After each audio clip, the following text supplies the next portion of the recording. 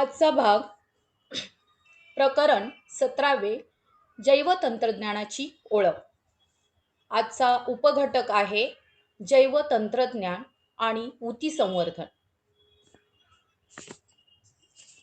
बृहन्मुंबई महानगरपालिका आयोजित शाळा बंद पण शिक्षण चालू या अंतर्गत घेण्यात येणाऱ्या ऑनलाईन क्लासेसमध्ये आपणा सर्वांचं स्वागत. विद्यार्थी मित्रांनो, आज आपण विज्ञान भाग 2 मधील प्रकरण 17वे जैवतंत्रज्ञानाची ओळख यातील उपघटक अभ्यासणार आहोत. यामध्ये आज आपल्याला अभ्यासायचे ते म्हणजे जैवतंत्रज्ञान, ऊती संवर्धन, कृषी पर्यटन आणि शेतीपूरक व्यवसाय. परंतु मुलांनो, या अगोदर या पाठामध्ये तुम्ही काय अभ्यासलंय याची आपण उजळणी करूया. यामध्ये तुम्ही ऊती म्हणजे काय ते अभ्यासलं. आता मुलांनो, आपले शरीर जे आहे ते कशापासून बनलेले आहे? आपल्या शरीरातील रचनात्मक आणि कार्यात्मक घटक म्हणजे पेशी आहे आणि या पेशीपासून ऊती तयार होतात. म्हणजेच शरीराचे विशिष्ट कार्य करण्यासाठी एकत्र आलेल्या एकसारख्या पेशीच्या समूहाला ऊती असे म्हणतात. विद्यार्थी मित्रांनो, आपले शरीर कसे बनले आहे? तर प्रथम पेशी एकत्र येऊन ऊती समान कार्य करणाऱ्या ऊती एकत्र येऊन अवयव, असे समान कार्य करणारे अवयव एकत्र येऊन अवयव संस्था आणि अशा अवयव संस्था एकत्र येऊन आपले शरीर बनलेले आहे. तर त्यामध्ये तुम्ही ऊती हा भाग अभ्यासलेला आहे. म्हणजे एखादं विशिष्ट कार्य आहे ते करण्यासाठी एकत्र आलेले जो पेशींचा समूह आहे त्याला ऊती म्हणतात. त्यामध्ये तुम्ही वनस्पती ऊती आणि प्राणी ऊती अभ्यासलेल्या आहे. यामध्ये वनस्पती ऊती आणि प्राणी ऊतीमध्ये काय फरक आहे? मुलांनो, वनस्पती आणि प्राणी हे दोन्ही सजीव आहेत, परंतु तरी सुद्धा त्याच्यामध्ये काय आहे? फरक आहे. काय बरं फरक आहे? तर वनस्पतीची वाढ आणि प्राण्याची वाढ याच्यामध्ये फरक आहे. शरीर रचनेमध्ये फरक आहे. मग हे कशामुळे? तर ह्या ऊतीमुळे. तर वनस्पती ऊती आणि प्राणी ऊती यामध्ये काय फरक आहे? तर प्रथम, वनस्पती स्थिर असल्याने त्यांच्या आधार देणाऱ्या असतात. त्यांच्या ऊती ज्या आहेत त्या आधार देणाऱ्या असतात. तर प्राणी एका ठिकाणाहून दुसरीकडे जातात. म्हणजे प्राणी सतत फिरते असल्याने त्यांच्या ऊती त्यांना ऊर्जा लागते आणि त्यामुळे रक्तासारख्या ऊती ज्या आहेत त्या त्यांच्यात कार्यरत असतात. नीट पहा, हा फरक तुम्ही अभ्यासलेला आहे. यानंतर दुसरं, वनस्पतीची वाढ त्यांच्या शरीराच्या ज्या ठिकाणी होते तिथे विभाजक ऊती असे असतात. म्हणजे तुम्हाला माहिती आहे की वनस्पतीची वाढ ही टोकाकडे होत असते. फांदी आपण तोडली की दुसरी फांदी तिथे होते. तसं आपल्या प्राण्यामध्ये होतं का की एखादा हात तुटलाय पुन्हा नवीन हात येतो का? नाही. तर हा ऊतीमधल्या फरकामुळेच हे होतं. तर प्राणी ऊती ह्या प्राण्यांची वाढ एक समान असते. त्यांना विभाजक, अविभाजक अशा ऊती नसतात. म्हणजे वाढ ही एक समान आहे. प्राण्यांची वाढ बघा, आपलं जे शरीर आहे ते एक समान वाढतो. एकच हात वाढला असं होतं का? तर नाही. हा ऊतीचा फरक आहे. यानंतर दुसरं, वनस्पतीच्या ऊतींना विशेष देखभालीची गरज नसते, परंतु प्राणी ऊती ज्या आहेत त्यांना विशेष देखभालीची गरज असते. वनस्पती ऊतीपैकी काही ऊती मृत पेशीच्या बनलेल्या असतात, परंतु प्राणी ऊती सर्व जिवंत पेशीच्या बनलेल्या असतात. म्हणजे हा भाग तुम्ही अभ्यासलेला आहे. यामध्ये तुम्ही ऊतींचे प्रकार अभ्यासले. सरळ ऊती, जटिल ऊती हा भाग अभ्यासलेला आहे. तर आज आपण जैवतंत्रज्ञान म्हणजे काय ते पाहूया. मुलांना, तुम्ही कधी विचार केला आहे का की जन्मजातच रोगाचं निदान होतं. म्हणजे आईच्या पोटातल्या भ्रूणाला कोणता आजार आहे हे डॉक्टर अगोदरच सांगतात. हे कसं बरं शक्य आहे? किंवा लस निर्मिती केली जाते, ही कशी शक्य आहे? एखाद्या रोगाचं निदान केलं जातं, कर्करोगाचं संशोधन केलं जातं. म्हणजे हे कशामुळे होतं? तर हे जैवतंत्रज्ञानामुळे होतं. आता जैवतंत्रज्ञान म्हणजे बायोटेक्नॉलॉजी. बघा मुलांनो, सजीवांच्या शरीरातील काही जिवंत पेशी पूर्णक्षम असतात. म्हणजे आपल्या शरीरामध्ये ज्या पेशी आहेत त्या पूर्ण कार्यक्षम असतात. त्यावेळेस त्या जर पेशींना ठराविक वातावरण पुरवले तर त्या पेशीपासून आपण नवीन सजीव तयार करू शकतो. नीट लक्षात घ्या.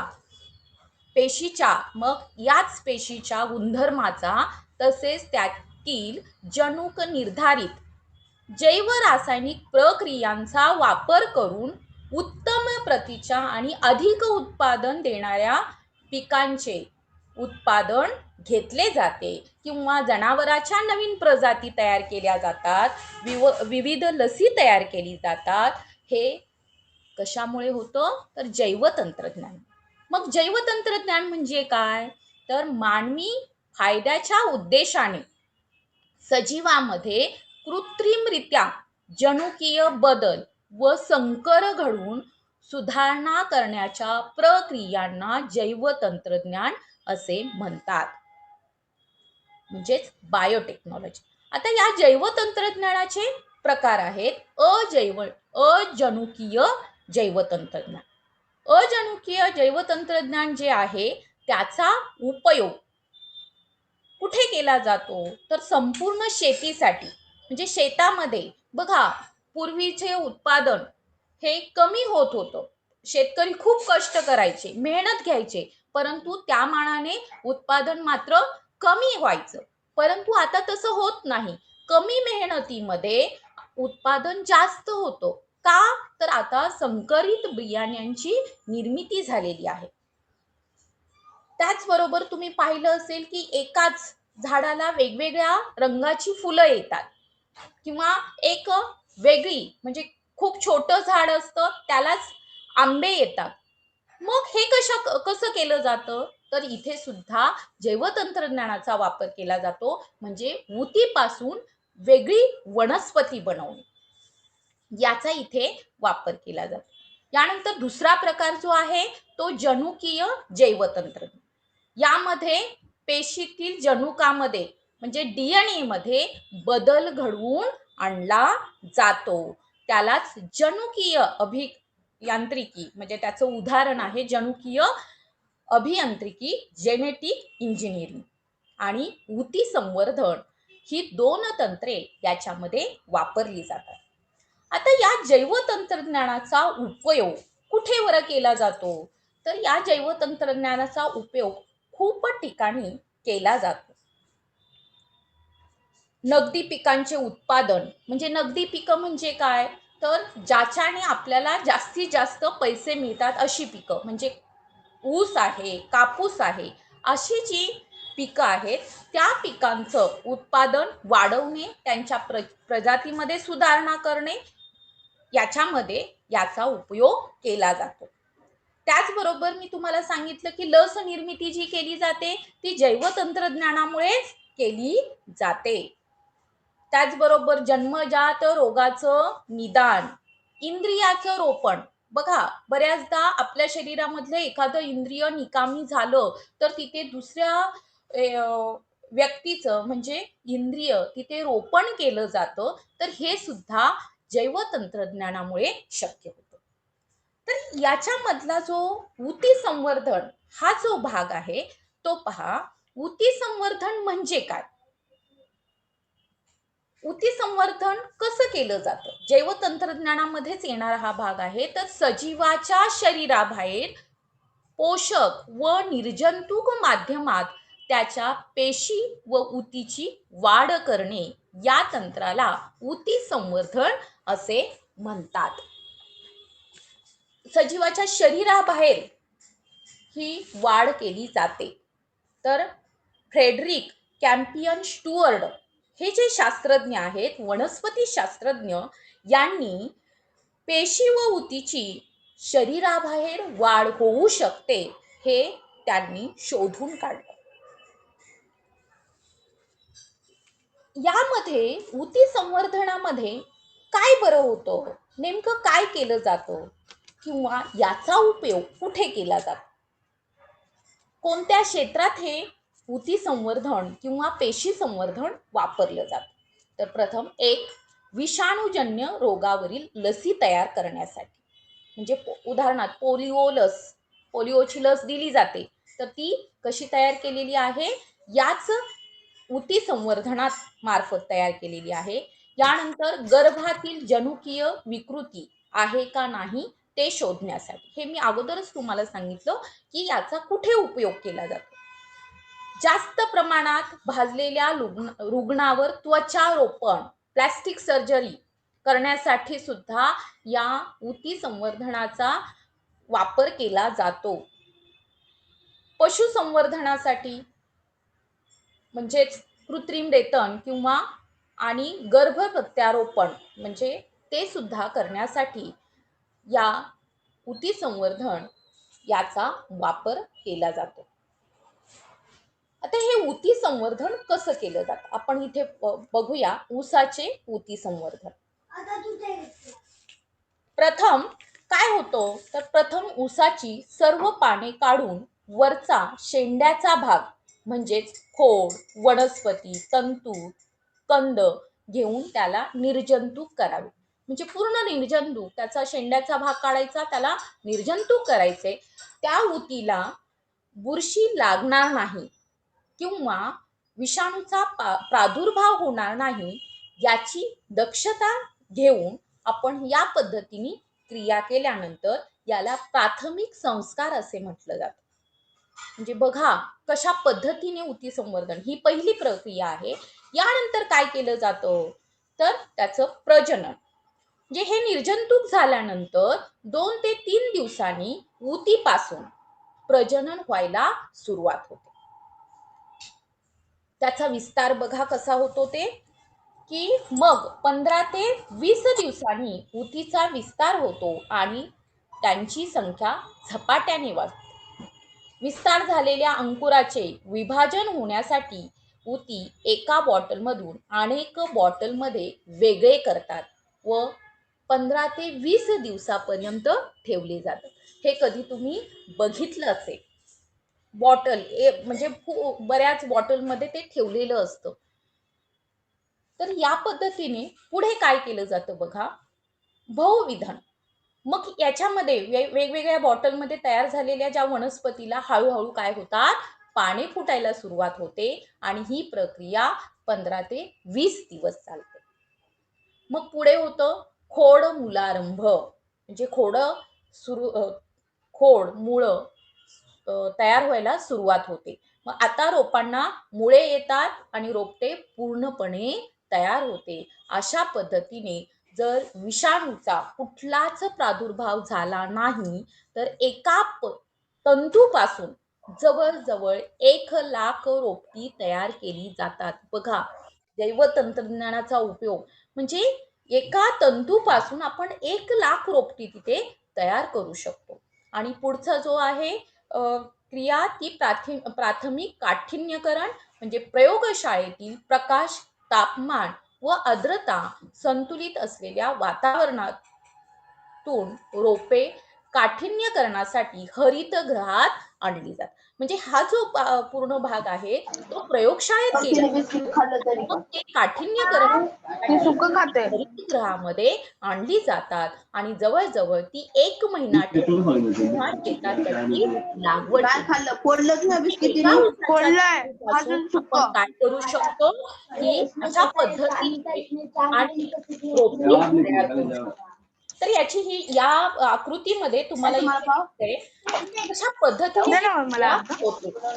वनस्पतीचा कंद, इथे पहिल्या याच्यामध्ये प्राथमिक संस्कार, यानंतर प्रजनन, विस्तार, विभाजन, इथे विभाजन होतंय, यानंतर बहुविधन खोड मुलारंभ, इथे खोड मुलारंभ झाले आणि इथून इथे काठिन्यकरणासाठी ती काय केली, प्रयोगशाळेतून ती रोपटी हरितगृहात आणली जातात.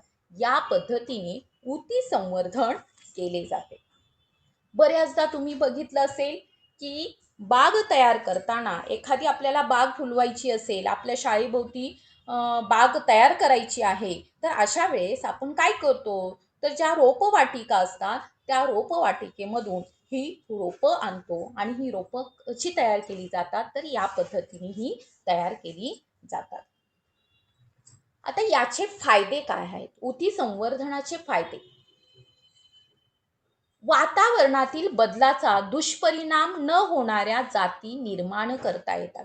म्हणजे वातावरणामध्ये काही बदल झाला तरी त्याचा त्याच्यावरती परिणाम होत नाही, अशा जाती आपण ऊती संवर्धनामुळे निर्माण करू शकतो. आता बघा, पूर्वी खूप पाऊस पडायचा, आता तसं पावसाचं प्रमाण कमी आहे किंवा पडला तर तो अ, अ, मोसम म्हणजे ज्या मोसमात पावसाळ्यात पडायला पाहिजे त्यावेळेस पडत नाही आणि नंतर शेतकऱ्यांच्या शेताचं पिकाचं नुकसान करायला पडतो. अशा वेळी कमी पावसावर सुद्धा त्या पिकं टिकली पाहिजे अशा पिकांच्या जाती या ऊती संवर्धनामुळे तयार केले जातात. त्याचबरोबर रोगप्रतिकार शक्ती असलेल्या जाती तयार करणे, म्हणजे जास्तीत जास्त रोगप्रतिकार असणाऱ्या जाती निर्माण करणे, कमी जागेत जास्त उत्पादन देणाऱ्या जाती. बघा, जास्तीत जास्त म्हणजे थोडंसं क्षेत्रफळ आहे जमिनीचं आणि तरीसुद्धा त्याच्यामध्ये जास्त उत्पादन काढणारे शेतकरी आहेत.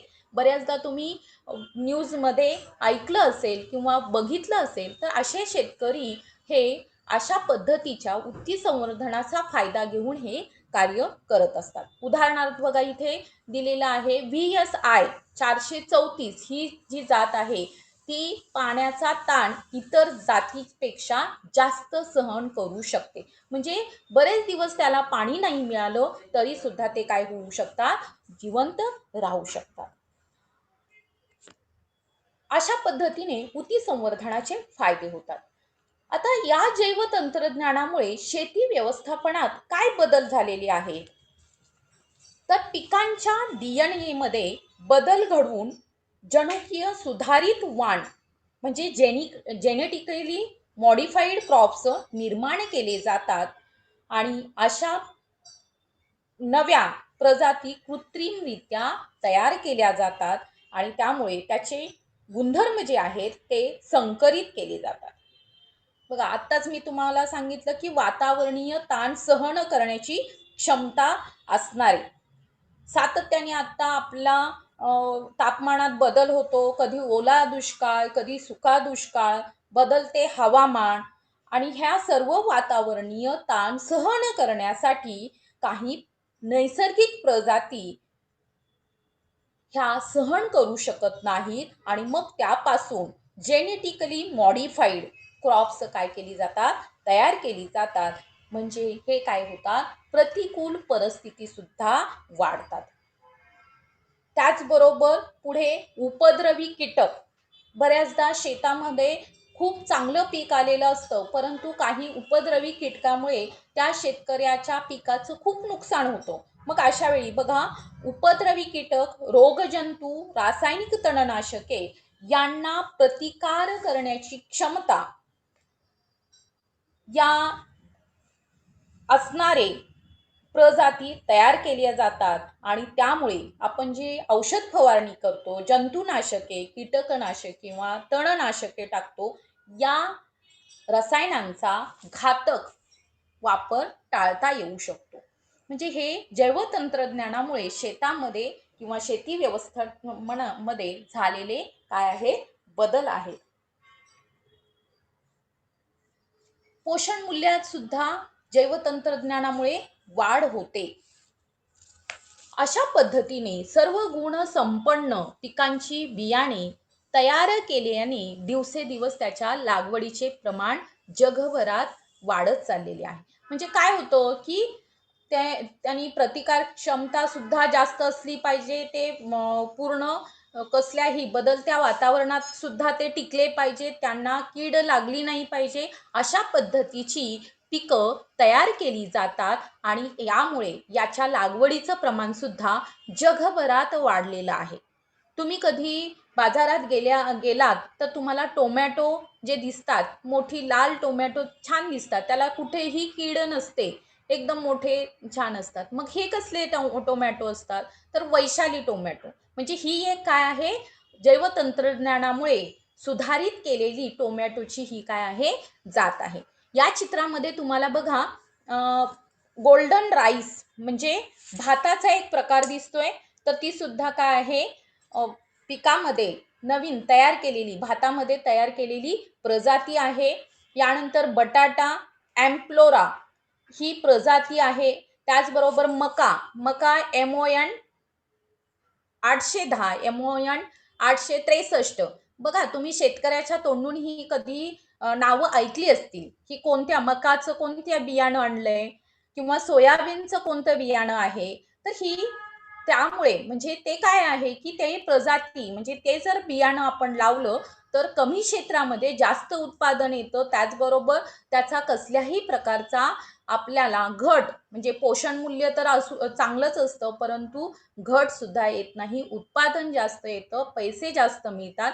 बघा, कापूसाचं सुद्धा बीटी कॉटन ही प्रजाती जी आहे, ती जैवतंत्रज्ञानामुळे नवीन तयार केलेली प्रजाती आहे.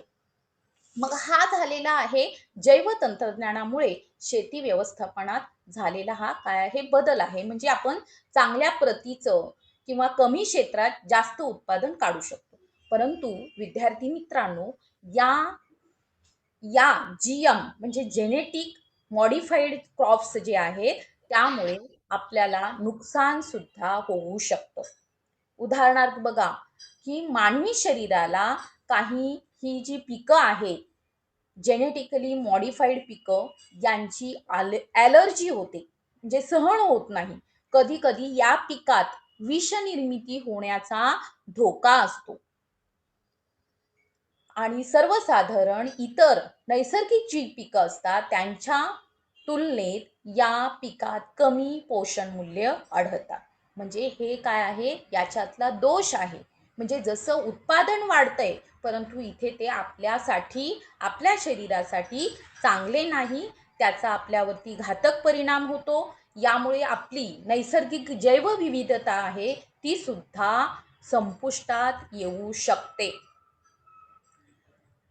मृदेमध्ये विषारी द्रव्य मिसळली गेल्यामुळे मातीचा कस कमी होतो. म्हणजे तुम्हाला त्याचे फायदे जसे आहेत, तसे त्याचे तोटे सुद्धा आहेत.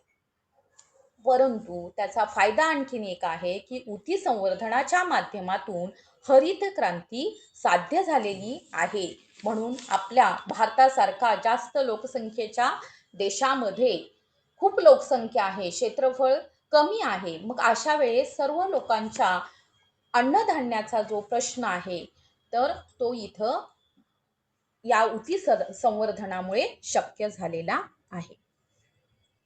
पुढे आहे बघा, उद्यानविद्या, रोपवाटिका, वनीकरण क्षेत्रात जैव तंत्रज्ञानाचे उपयोजन.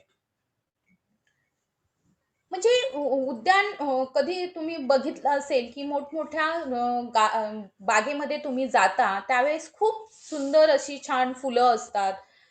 तर हे कशामुळे शक्य आहे? तर इथे सुद्धा किंवा त्या पद्धतीची रोपं तयार केली जातात. म्हणजे इथे सुद्धा जैवतंत्रज्ञानाचं उपयोजन केलं जातं. म्हणजे वेगवेगळ्या बागा बनवणे, उजाड जमिनीवर वृक्षारोपण करून वने तयार करणे. एकदम जमीन उजाड म्हणजे नापीक जमीन असते, तिथे वृक्षारोपण करून काय केलं जातं, वनं तयार केली जातात. त्याचबरोबर ऱ्हास होणाऱ्या जंगलाचे पुनर्जीवन करणे, या सर्व गोष्टीसाठी रोपवाटिकेची गरज असते. म्हणजे त्या पद्धतीची, आता बघा, उजाड जमीन आहे, तिथे पीकच येत नाही, परंतु तिथे अ, अशी झाडं लावली पाहिजे, की ती त्या जमिनीमध्ये टिकली पाहिजे. मग अशी रोपं तयार करणं हे कशामुळे शक्य होतं? जैवतंत्रज्ञानामुळे शक्य होतं. मग हे सर्व करण्यासाठी मोठ्या प्रमाणावर काय केली जाते, रोपं तयार करावी लागतात आणि ही मोठ्या प्रमाणावर रोपं तयार करण्यासाठी ऊती संवर्धनाचा वापर केला जातो. ऊती संवर्धनामुळे उत्कृष्ट प्रतीची फुले, फळे येणाऱ्या वनस्पती मोठ्या प्रमाणावर तयार करता येतात. यामध्ये तुम्हाला सुंदर चित्र दिसतायत बघा. तर उत्तम प्रतीची फुलं असं किंवा फळं येणाऱ्या वनस्पती तयार करण्यासाठी, त्याचबरोबर कमी कालावधीत पूर्ण वाढ झालेल्या वनस्पती. बघा बऱ्याचदा तुम्ही बघता की कधी तुम्ही त्या जागी गेलेला असाल तर तिथे एकदम जमीन उजाड असते. परंतु आपल्या नगरसेवकाने वगैरे ठरवलं की तिथे गार्डन करायचं आहे, बगीचा तयार करायचा आहे, तर काही दिवसातच तुम्हाला तिथे बगीचा तयार झालेला दिसतो. मग हे काय कशामुळे शक्य होतं? तर इथे कमी कालावधीत पूर्ण वाढ झालेल्या वनस्पती तिथे रोपं लावली जातात. त्याचबरोबर परागीभवनाची माध्यमं नसली किंवा रुजणाऱ्या बिया नसल्या तरी सुद्धा वनस्पतीचे उत्पादन मोठ्या प्रमाणावर होऊ शकते. म्हणजे परागीभवन होत नाहीये किंवा बिया आपण रुजवत नाहीये तरी सुद्धा वनस्पतीचं उत्पादन करायचं आहे. तर उदाहरणार्थ म्हणजे ऑर्किड आणि घटपर्णी अशा ज्या वनस्पती आहे, या वनस्पतीच्या बिया रुजत नाहीत, मात्र ऊती संवर्धनाने याची निर्मिती सहज शक्य होते. बघा ऑर्किड आणि घटपर्णी या ज्या वनस्पती आहेत, यांची ऊती संवर्धनाने निर्मिती केली जाते. त्याचबरोबर बायोरिएक्टरमध्ये पेशी वाढवून त्यांना अधिक पोषक माध्यम व इतर रोगकारक सूक्ष्मजीवापासून संरक्षण अतिशय कमी खर्चात देता येतं. म्हणजे हे सर्व जैवतंत्रज्ञानामुळे शक्य होतं. पुढचा भाग आहे कृषी पर्यटन. बऱ्याचदा आपल्याला कंटाळा आला की आपण फिरायला जातो निसर्गाच्या सानिध्यात, तर आपल्याला खूप छान वाटतं. तर अशी कृषी पर्यटन केंद्र आता उदयास आलेली आहेत, म्हणजे एक उद्योग झालेला आहे.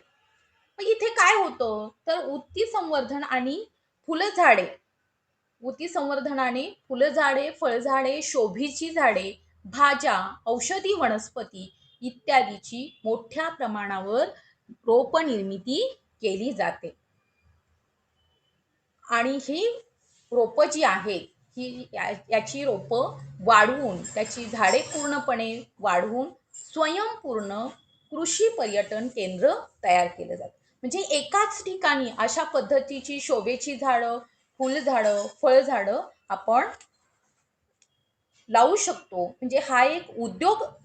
मग तिथे कृषी पर्यटन केंद्र तयार होतं आणि मग तिथे खूप लोक काय करतात, व्हिजिट देतात, म्हणजे तिथे जातात आणि त्यामुळे तिथे एक उद्योग तयार झालेला आहे. तर ह्या कृषी पर्यटन केंद्रातील काही घटक काय आहेत, तर तिथे काय असतात, प्रादेशिक फळझाडं, देशी विदेशी वृक्ष, म्हणजे जे की आपल्याला दुसरीकडे पाहायला मिळत नाहीत अशी वृक्ष तिथे.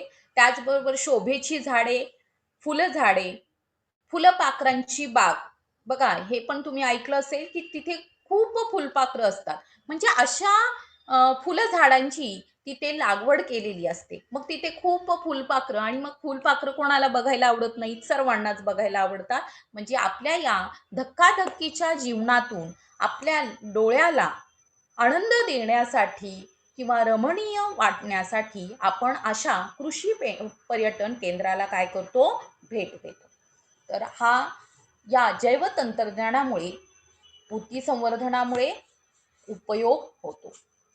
पुढे आहे शेतीपूरक व्यवसाय. बघा शेतीला पूरक असे व्यवसाय केले जातात. बऱ्याचदा तुम्ही बघितलं असेल की कुक्कुटपालन असतं किंवा मधुमक्षिका पालन असतं. तर हे कशासाठी, तर शेतकरी काय करतो की त्याच्या शेतामध्येच बऱ्याचशा गोष्टी असतात, ते काय होऊ नये, ते वाया जाऊ नये म्हणून तो शेतीपूरक व्यवसाय करत असतो. किंवा शेतीतलं पीक तेवढं येत नाही, मग आपण काय करावं, त्याला पूरक व्यवसाय करावा. तर पहिला व्यवसाय आहे पशुसंवर्धन.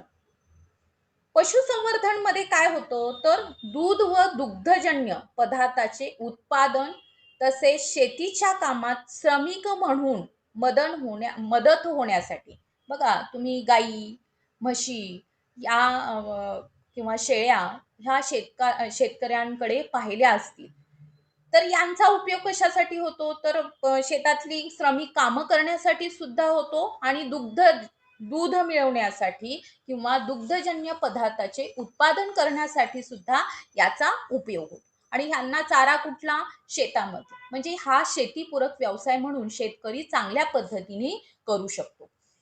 याच्यामध्ये वेगवेगळ्या प्रकारच्या जाती आहेत. इथे सुद्धा बघा, पशुसंवर्धनामध्ये सुद्धा आता पूर्वी ज्या गायी पाहायला मिळायच्या तुम्हाला शेतकऱ्यांच्या शेतामध्ये, तशा गायी तुम्हाला पाहायला मिळत नाहीत. आता असते जर्सी गाय आहे किंवा म्हशीच्या सुद्धा वेगवेगळ्या काय आहेत, जाती आहेत.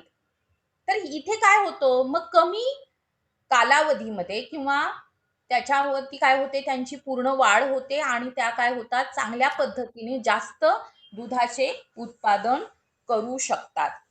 अशा पद्धतीने हे सुद्धा जैवतंत्रज्ञानामुळे, म्हणजे ह्या जैवतंत्रज्ञानामुळे वेगवेगळ्या प्रजाती काय झालेल्या आहे, तयार झालेल्या आहेत.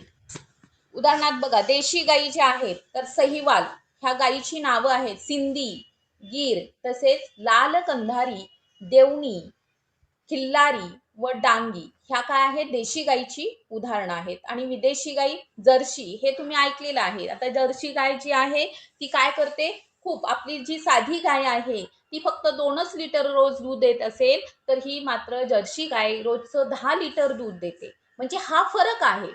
त्याचबरोबर पुढचं नाव आहे ब्राऊन स्विस होलस्टेन. म्हणजे हा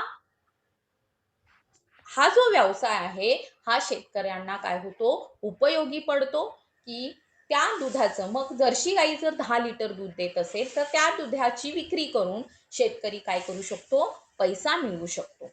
परंतु हे संवर्धन करत असताना पशुधन म्हणजे त्याची काळजी सुद्धा घेणं तितकंच गरजेचं असतं. त्या जनावरांना म्हणजे गाई, म्हशी ज्या आहेत त्यांना चौरस आहार देणं आवश्यक असतं. त्यांच्यासाठी वेगळ्या प्रकारचं आंबोन तयार करणं आवश्यक असतं. त्यांचा गोठा जो आहे तो हवेशीर, कोरडा असणं आवश्यक आहे. म्हणजे हे करत असताना शेतीपूरक व्यवसाय आपण जो पशुसंवर्धन करत आहे, त्यावेळेस आपण ही काळजी घेणं आवश्यक असतं. त्याचबरोबर जसं आपल्या लहान मुलांना प्रतिबंधक लसी दिल्या जातात, तसं गुरांना सुद्धा नियमित रोग प्रतिबंधक लस देणं आवश्यक असतं. हे जर सर्व केलं तर शेतकऱ्यांना त्या पशुसंवर्धनाचा फायदा होऊ शकतो, अन्यथा त्याला काय होईल, नुकसान होईल. पुढचा भाग आहे कुक्कुटपालन, पोल्ट्री फार्मिंग. हे तुम्ही गावी गेल्यानंतर पाहत असाल. आता तुम्ही ऐकताय की बर्ड फ्लू हा आजार आलेला आहे पक्ष्यांना, म्हणजे खास करून कोंबड्यांना. तर खूप कोंबड्या काय होत आहेत, मृत्युमुखी पडत आहेत. मग अशा वेळी हे पोल्ट्री फार्मिंगचे जे मालक आहेत त्यांना खूप नुकसान होत आहे. बघा, मग हे कुक्कुटपालन म्हणजे नेमकं काय, तर इथे ह्याच्यामध्ये हे जे आहे पोल्ट्री फार्मिंगमध्ये काय केलं जातं, तर अंडी व मांस देणाऱ्या कोंबड्यांचे पोषण व पैदास केली जाते.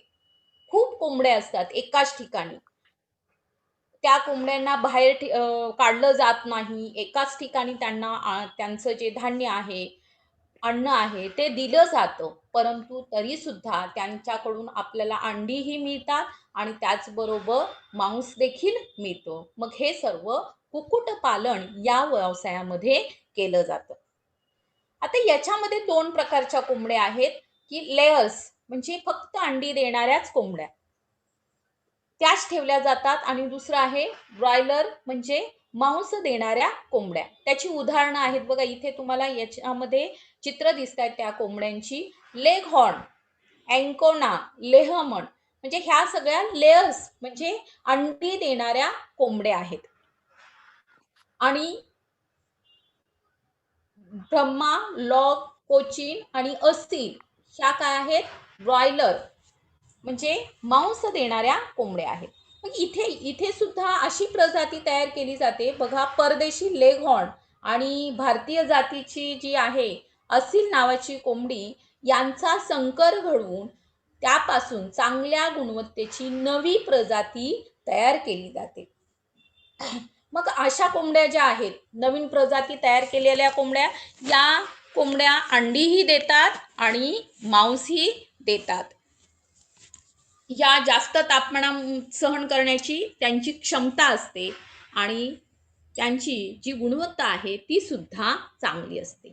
म्हणजे यापासून अंडी व मांस दोन्हीही, आता आपण लेयर्स आणि ब्लॉयरर्स ह्या वेगवेगळ्या कोंबड्या होता, परंतु अशा प्रजाती तयार केल्या जातात की एकाच कोंबडीपासून अंडीही मिळतात आणि मांस सुद्धा मिळतं. अशा बघा तयार केलेल्या कोंबड्यांचे प्रजाती कोणत्या आहेत? Road island red, new Hampshire, Plymouth rock आणि ब्लॅक रॉक ही कोंबड्या, यापासून आपल्याला अंडी आणि मांस दोन्ही मिळतं.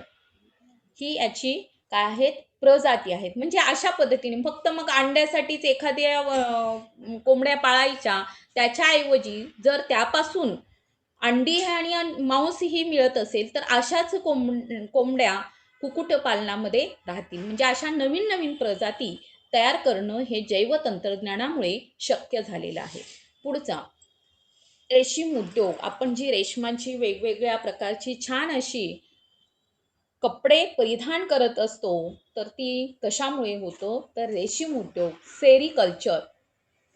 तर ह्या रेशीम उद्योगामध्ये बरेच शेतकरी हा सुद्धा व्यवसाय करत असतात, शेतीपूरक व्यवसाय म्हणून करत असतात.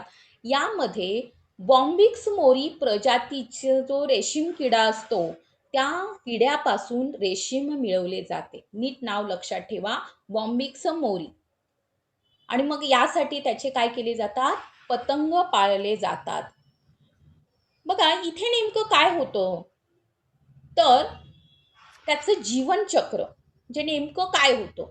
प्रथम ह्या रेशीम किडा जो आहे बॉम्बिक्स मोरी, याची अंडी आहेत. या अंड्यापासून काय केली जाते? अळी तयार होते. अळीपासून कोश तयार होतो आणि या कोशपासून पुन्हा पतंग तयार होतो. इथे तुम्हाला हा जीवनचक्र आहे त्यांचा, रेशीम किड्याचा. आणि या पतंगापासून म्हणजे ते पतंग पुन्हा आपल्याला अंडी देतात. परंतु इथे बघा, इथे तुम्हाला एक ते जीवनचक्र दिसत, अंडी आहेत, नंतर अळी आहे, कोश आहे, पतंग आहे आणि पुन्हा अंडी आहे. परंतु बघा, जर असे हे इथे नेमकं काय होतं? तर प्रथम ही अंडी अ, जी आहे त्या अंड्यापासून अळी तयार होते आणि ह्या अळीपासून कोश तयार होतो. बघा, ह्या ज्या आळ्या आहेत, बघा अंडी आणि अंड्यापासून अळी तयार झालेली आहे. ह्या आळ्या तुतीच्या झाडावर वाढवल्या जातात आणि तुतीची पाने खाऊन मग ह्या आळ्या काय करतात? त्याची पानं खातात आणि मग पानं खाऊन ते स्वतः काय करतात? त्यांचं पोषण करतात. 3 ते 4 आठवड्याच्या आळ्या ह्या त्यांच्या लाळ ग्रंथीतून एक स्त्राव काय करतात? सोडतात आणि त्यापासून रेशीम तंतू बनतो. बघा, त्यांच्या लाळेपासून रेशीम तंतू बनतो. मग हे जे रेशीम कोश आहेत, म्हणजे हे जे लाळ आहे, ते जे तंतू आहेत, हे काय करतात? तो कोश स्वतःभोवती गुंडाळतो. म्हणजे हे रेशीम कोश हा हा आळीने स्वतःच्या शरीराभोवती काय केलेले असतात? गुंडाळलेले असतात.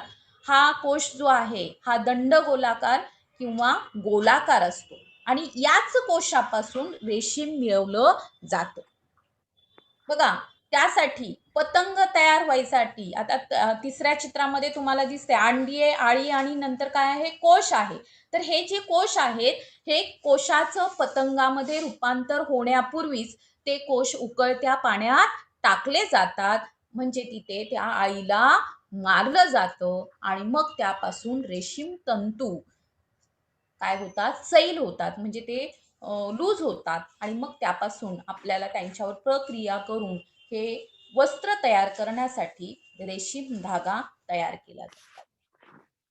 मुलांना तुम्हाला प्रश्न पडलाय का? हे रेशीम कोश उकळत्या पाण्यात का टाकले जातात? का पुढे त्याला पतंग तयार केले जात नाही? तर त्याचं कारण आहे की जर हे कोश उकळत्या पाण्यात आपण टाकले नाहीत तर त्याचा पतंग तयार होईल आणि मग ती जी तंतू तयार झालेली आहे, कारण पतंग काय होणार आहे त्या कोशातून बाहेर पडणार आहे आणि मग त्यावेळेस ते तंतू काय होतील, तुटतील आणि त्यामुळे आपण त्याच्यापासून चांगल्या पद्धतीचा रेशीम धागा मिळवू शकणार नाही. म्हणून हे कोश जे आहेत हे पूर्ण वाढीच्या अगोदरच काय केले जातात, उकळत्या पाण्यात टाकले जातात. हा आहे रेशीम उद्योग. म्हणजे हा सुद्धा काय केला जातो, शेतीपूरक व्यवसाय म्हणून केला जातो. आणखी शेती इथे मूल्यमापनासाठी काही प्रश्न आहेत विद्यार्थी मित्रांनो, तर तुम्ही ते प्रश्न लिहून घ्यायचे आहेत.